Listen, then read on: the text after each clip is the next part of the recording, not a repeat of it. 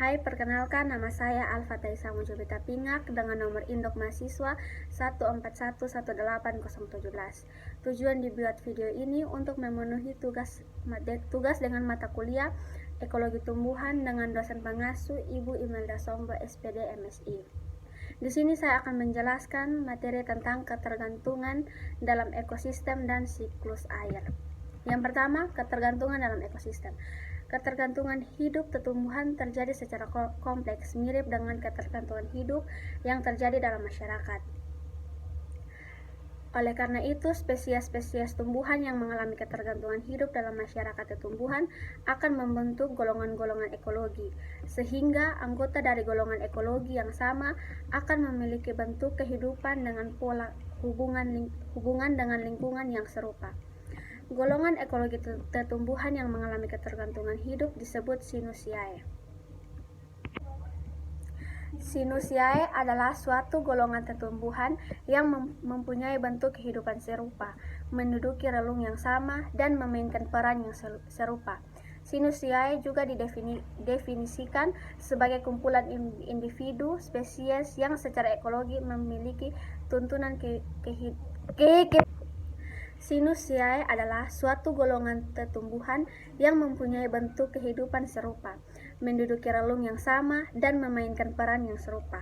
Sinusiae juga didefinisikan sebagai kumpulan individu-individu spesies yang secara ekologi memiliki tuntutan kebutuhan hidup serupa pada suatu habitat, meskipun secara taksonomi individu spesies tersebut berbeda. Di dalam kehidupan ekosistem, terdapat saling ketergantungan antara satu spesies tumbuhan dengan spesies tumbuhan yang lain.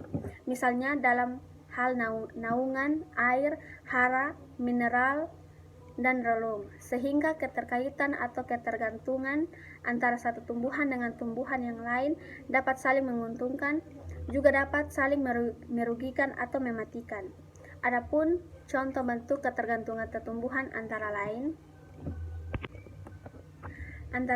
yang pertama epifit, yang kedua tumbuhan parasit, yang ketiga mikoriza, yang keempat nudul akar, yang kelima tumbuhan pecekik, yang keenam liana, dan yang ketujuh hewan hutan atau satwa liar. Yang berikut interaksi tumbuhan dalam ekosistem. Dalam suatu ekosistem, berbagai jenis tumbuhan dan organisme lain hidup bersama-sama dan saling berinteraksi. Dalam suatu komunitas, misalnya hutan, bermacam-macam komunitas tumbuhan seperti pepohonan, semak, herba, lumut, dan sebagainya, tumbuh dan berkembang, berinteraksi antara satu dengan lainnya, dan menyesuaikan diri dengan lingkungannya. Pepohonan di hutan yang tajuk atau kanopinya menaungi tumbuhan lain akan berinteraksi dengan tumbuhan perdu, lumut, epifit, atau herba yang tumbuh di bawah tajuk atau sekitarnya. Macam-macam interaksi tumbuhan dengan makhluk hidup lainnya adalah yang pertama, netralisme, protokooperasi, mutualisme, komensalisme, amensalisme, parasitisme, predasi, dan kompetisi. Selanjutnya yang kedua adalah siklus air. Gudang air terbesar di alam adalah samudra. Akan tetapi masih banyak gudang-gudang air lainnya di permukaan bumi yang berupa badan-badan perairan seperti danau, rawa, waduk, dan sungai. Dari gudang-gudang air tersebut akan menguap ke udara atau evaporasi, kemudian membentuk awan dan akhirnya turun lagi ke bumi dalam bentuk presipitasi atau hujan. Sehingga air akan mencapai ke seluruh permukaan bumi melalui presipitasi dan terus akan bergerak lagi masuk ke bumi, mengalir ke sungai, ke danau, ke laut, menguap, dan seterusnya sesuai dengan siklusnya. Dalam siklus air atau siklus hidrologi, air akan berpindah melalui berbagai tahap proses yang sangat kompleks, apalagi pada permukaan bumi yang bervegetasi seperti hutan, maka proses hidrologi menjadi lebih kompleks.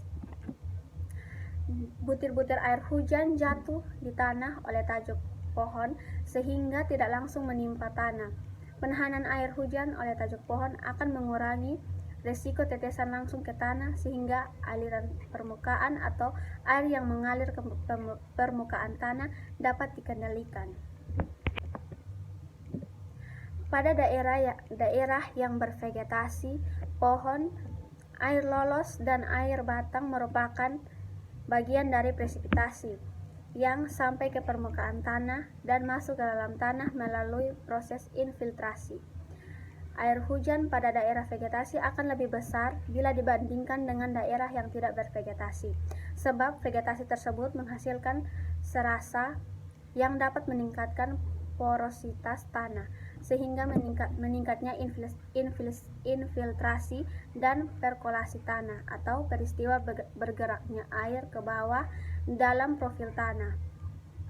Berdampak positif terhadap meningkatnya muka air tanah. Jika muka air meningkat, maka akan mengurangi kekeringan dan mencegah terjadinya kekeringan pada musim kemarau. Sedangkan berkurangnya air pada permukaan menyebabkan kekurangannya erosi, kekurangannya sedimentasi, mencegah tanah longsor, dan bahaya banjir dapat terkendali. Demikian video ini saya buat. Sekian dan terima kasih.